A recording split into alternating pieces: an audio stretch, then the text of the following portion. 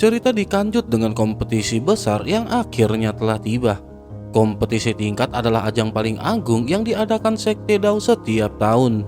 Seluruh sekte, baik master maupun murid, memandangnya dengan penuh hormat. Ketika Lindong tiba dan melihat pemandangan tersebut, Lindong juga tidak bisa menyembunyikan kekagumannya. Selanjutnya, Lindong memutuskan terbang menuju ke arah puncak utama di tengah kawasan itu. Karena jumlah peserta yang sangat besar, banyak tingkat kompetisi dibangun di berbagai puncak. Namun tingkat puncak utama adalah yang paling mencolok karena di sanalah murid terbaik dari 4 aula akan bertarung. Suasananya juga akan jauh lebih panas jika dibandingkan dengan tempat lain. Menyadari hal tersebut, Lindong mencari area murid aula kesunyian sebelum akhirnya mendarat di sana. Kedatangan Lindong langsung disambut sorak-sorai para murid aula kesunyian. Mereka menaruh harapan besar karena sejak Lindong memahami kitab suci kesunyian agung, reputasinya telah melampaui banyak murid inti lain. Pang Tong dan Jiang Hao mengakui hal itu tanpa ada perasaan iri. Mereka berkata bahwa hasil aula kesunyian kali ini sangat bergantung pada Lindong. Lindong hanya menanggapi dengan senyum sederhana dan berkata bahwa sepertinya Lindong benar-benar datang terlalu terlambat. Selanjutnya pandangan Lindong beralih ke 3 aula lain. Di area aula langit berdiri Ying Xiaoxiao dan Ying Huan yang selalu menarik perhatian. Ying Xiaoxiao tampak tenang namun menyimpan kesunyian dan beban di matanya karena kemunculan Wang Yan. Di sisi lain, Ying Huan kembali ceria dan terlihat berbincang akrab dengan King Ye dari aula bumi. Ketika Ying Huan melirik Lindong, ia segera memalingkan wajah, namun kegembiraan di matanya tidak dapat disembunyikan. Cie malu nih. King Ye pun menyadari hal itu dan dengan sikap percaya diri, ia menunjukkan senyum seolah menganggap Lindong sebagai saingan. Melihat pemandangan itu, Pang Tong dan yang lain menggoda Lindong dengan berkata bahwa banyak orang yang mengejar Ying Huan, oleh karena itu Lindong sebaiknya bergerak cepat. Lindong hanya menggeleng dan berkata bahwa mereka terlalu banyak memikirkan hal yang tidak penting. Sesaat kemudian, suasana berubah ketika sosok berjubah abu-abu turun dari langit dan mendarat di area aula langit. Aura dingin bercampur bau darah menyelimuti tempat itu, membuat keributan mereda seketika. Sosok itu adalah Wang Yan. Ia hanya melirik Ying Xiaoxiao dan Ying Huan sebelum akhirnya duduk bermeditasi tanpa peduli pada area sekitar.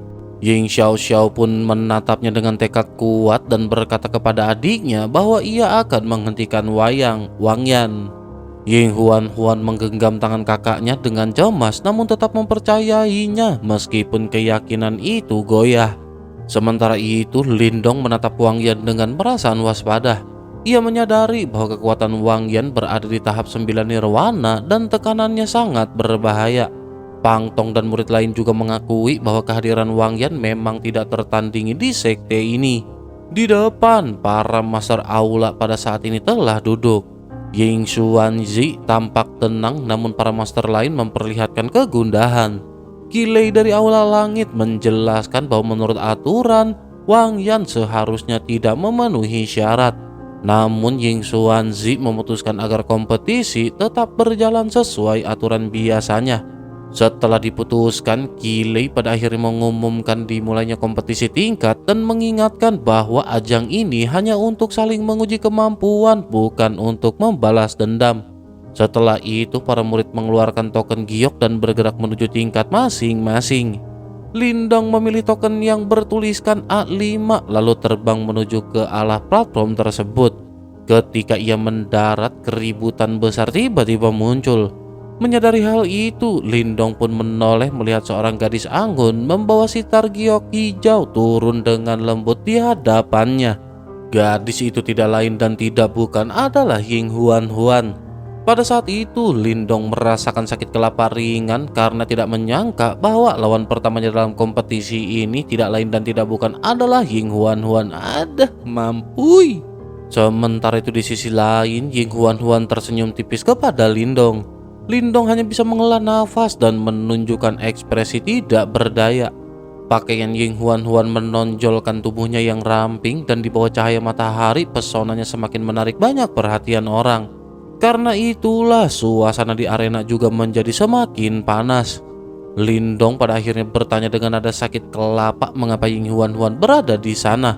Menanggapi hal itu, Ying Huan Huan berkata bahwa dirinya juga seorang peserta dan berhak mengikuti kompetisi. Ying Huan Huan lanjut menggoda Lindong dengan sikap santai dan licik. Lindong membalas dengan berkata bahwa pertemuan mereka di pertandingan pertama bukanlah hal yang begitu menyenangkan. Namun Ying Huan Huan justru menganggapnya sebagai tantangan meskipun ia mengakui bahwa Lindong bukan lawan yang mudah. Percakapan mereka pun akhirnya dipenuhi dengan ejekan ringan hingga akhirnya Lindong menyadari bahwa adu bacot saja tidak akan membawa hasil. Oleh karena itu Lindong langsung mengerahkan kekuatannya. Ying Huan Huan juga berhenti bercanda dan bersiap bertarung dengan serius. Ia melayang ke udara, meletakkan sitar giok di hadapannya dan mulai memainkannya. Sikapnya berubah tenang, namun di balik tatapannya tersimpan tekad dan keangkuhan karena ia tidak rela mengakui bahwa Lindong telah melampauinya dalam waktu singkat. Selanjutnya serangan gelombang suara Ying Huan Huan melesat ke arah Lindong. Namun serangan itu pada akhirnya dengan mudah dihancurkan Lindong. Menyadari hal itu, Ying Huan Huan pun mulai berhati-hati dan mengeluarkan teknik yang lebih kuat. Ia melukai telapak tangannya sendiri dan memanggil pohon bodi raksasa, sebuah seni bela diri terkenal dari Sky Hall. Kemunculan teknik ini menarik perhatian banyak master yang menyaksikan. Mereka menilai bahwa Ying Huan Huan memang berbakat meskipun lawannya adalah Lindong. Selanjutnya Ying Huan Huan menggunakan suara bodi tanpa bentuk untuk menciptakan cloning Lindong. Salinan itu memiliki sebagian kekuatan Lindong dan langsung menyerang Lindong. Lindong pun mengamatinya dengan tenang dan menyadari bahwa salinan tersebut tidak sepenuhnya sempurna. Meskipun serangan cukup merepotkan dan didukung oleh gangguan gelombang suara, Lindong menggunakan kekuatan pelahapnya untuk meniadakan pengaruh tersebut. Ketika Lindong mulai bertindak serius, situasi pada akhirnya segera berbalik. Dengan satu serangan cepat, Lindong menghancurkan klon itu sepenuhnya. Ying Huan Huan terjekut tetapi tetap keras kelapa dan mencoba melanjutkan serangan. Namun sangat disayangkan sosok Lindong pada saat ini sudah berada di hadapan Ying Huan Huan. Serangan lanjutan Ying Huan Huan pun kembali dipatahkan dan citarnya dijamret Lindong. Selanjutnya Lindong berkata bahwa Ying Huan Huan telah kalah. Namun Ying Huan Huan menolak mengakuinya dan berusaha merebut kembali sitarnya. Dalam kekacauan singkat itu, Lindong secara refleks dan tanpa sengaja memukul kelapa Ying Huan Huan dengan sitar tersebut. Anjir, dikemplang senjata sendiri. Dong dong. Arena yang tadinya riuh pada akhirnya mendadak sunyi, sementara tatapan tajam langsung tertuju kepada Lindong. Di sisi lain, Ying Huan Huan terdiam, wajahnya memerah karena malu dan marah. Ia tidak menyangka akan diperlakukan seperti itu di depan banyak orang. Lindong sendiri merasa sedikit menyesal, namun semuanya sudah terjadi. Pada akhirnya, Ying Huan Huan merebut kembali sitarnya, melontarkan umpatan penuh emosi, lalu meninggalkan tingkat pertandingan dengan perasaan terhina dan kesal. Ya kan dong? Sementara itu Lindong tetap tenang saat menyaksikan Ying Huan Huan berlari turun dari tingkat, namun di dalam hatinya muncul rasa canggung. Lindong menyadari bahwa tindakannya menggunakan sitar untuk memukul gadis itu di depan banyak orang pasti akan membawa permasalahan. Selain itu, Ying Huan Huan juga jelas tidak akan melupakannya dengan mudah. Sementara itu, ketika Lindong mengangkat kelapa, ia merasakan banyak tatapan tajam tertuju padanya, sehingga tanpa sadar ia mengusap hidungnya karena tahu tindakannya telah menyinggung banyak orang. Mampus lu dijambak berjamaah sama fansnya Ying Huan Huan. Selanjutnya, Lindong pada saat ini hanya bisa tersenyum kaku sebelum akhirnya kembali ke barisan murid aula kesunyian. Begitu Lindong tiba, para murid aula kesunyian menatap Lindong dengan ekspresi aneh, namun Jiang Hao dan yang lain segera mendekati sambil menunjukkan dukungan. Mereka berkata bahwa Lindong adalah orang pertama yang berani memperlakukan Ying Huan Huan seperti itu.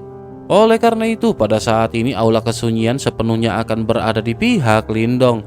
Lindong hanya bisa merasa tidak berdaya menghadapi ejekan dari mereka. Sementara itu Ying Huan Huan telah kembali ke area murid aula langit dengan wajah merah karena malu dan marah. Para murid di sekitarnya menunjukkan kebencian karena Ying Huan Huan adalah sosok yang sangat disukai. Menyadari hal itu, Ying Xiaoxiao mendekat dan menggoda adiknya sebelum akhirnya berkata bahwa Lindong tidak berniat melukai Ying Huan Huan. Hal itu justru membuat Ying Huan Huan semakin kesal meski di dalam hatinya muncul kebingungan yang sulit dijelaskan. Iya, cinta itu mah cinta. Selanjutnya Ying Huan Huan pada akhirnya menatap ke arah area aula kesunyian dan bertemu pandang dengan Lindong. Lindong tetap terlihat tenang, namun Ying Huan Huan segera memalingkan wajahnya sambil terus mengeruh di dalam hati. Namun di saat yang sama, kenangan tentang Lindong yang pernah berdiri sendirian melindunginya kembali muncul. Hal itu membuat perasaannya campur aduk. Ia mulai menyadari bahwa Lindong bukanlah orang biasa karena pencapaiannya di Sekte Dao sudah melampaui banyak murid lain, bahkan berpotensi melampaui para senior ternama. Melihat perubahan sikap adiknya, Ying Xiaoxiao hanya tersenyum tipis seolah memahami bahwa ketenangan Ying Huan Huan di Sekte Dao tidak akan bertahan lama. Di sisi lain, King Ye berdiri dengan ekspresi muram meski baru saja menang dalam pertandingan. Ia menatap Lindong dengan rasa tidak suka karena merasa adanya hubungan yang mengganggunya antara Lindong dan Ying Huan Huan. Di dalam hatinya, King Ye berharap tidak akan bertemu Lindong, namun juga berniat menghancurkan reputasi Lindong jika mereka benar-benar bertanding. Lah, gimana sih harapan lu? Maunya gimana sih? Sementara itu Lindong sendiri tetap berdiri tenang di tengah berbagai tatapan sampai akhirnya Lindong merasakan tekanan kuat dari arah lain. Lindong melihat Ying Xuanzi menatapnya dengan senyum tipis, membuat Lindong merasa gelisah karena menyadari tindakannya sebelumnya terlalu impulsif. Untungnya Ying Xuanzi segera memalingkan pandangan sehingga Lindong bisa bernafas lega. Tak lama kemudian terdengar kabar bahwa Wang Yan kembali menang tanpa perlawanan, membuat banyak murid semakin gentar. Lindong pun memperhatikan Wang Yan dan Ying Xiaoxiao dan menyadari bahwa bentrokan di antara mereka tampaknya tak terelakkan dan akan menjadi pertarungan besar. Selanjutnya, Lindong kembali bertarung dan meraih 2 kemenangan lagi atas murid kuat dari Aula Langit. Dengan 3 kemenangan beruntun, ia berhasil masuk ke babak final. Ketika seorang diaken kembali muncul dan mengumumkan pertandingan berikutnya antara King Ye dari Aula Bumi melawan Lindong, seluruh arena langsung bergemuruh karena 2 tokoh terkuat dari aula berbeda akhirnya akan saling berhadapan. Nah kan, keributan dengan cepat menyebar di puncak gunung, sementara itu perhatian banyak orang tertuju pada satu arah. Menyadari hal itu, para murid dari berbagai aula langsung mengalihkan pandangan mereka ke tempat Lindong dan King Ye. Tatapan yang sebelumnya biasa kini berubah dengan penuh antusias dan begitu tegang.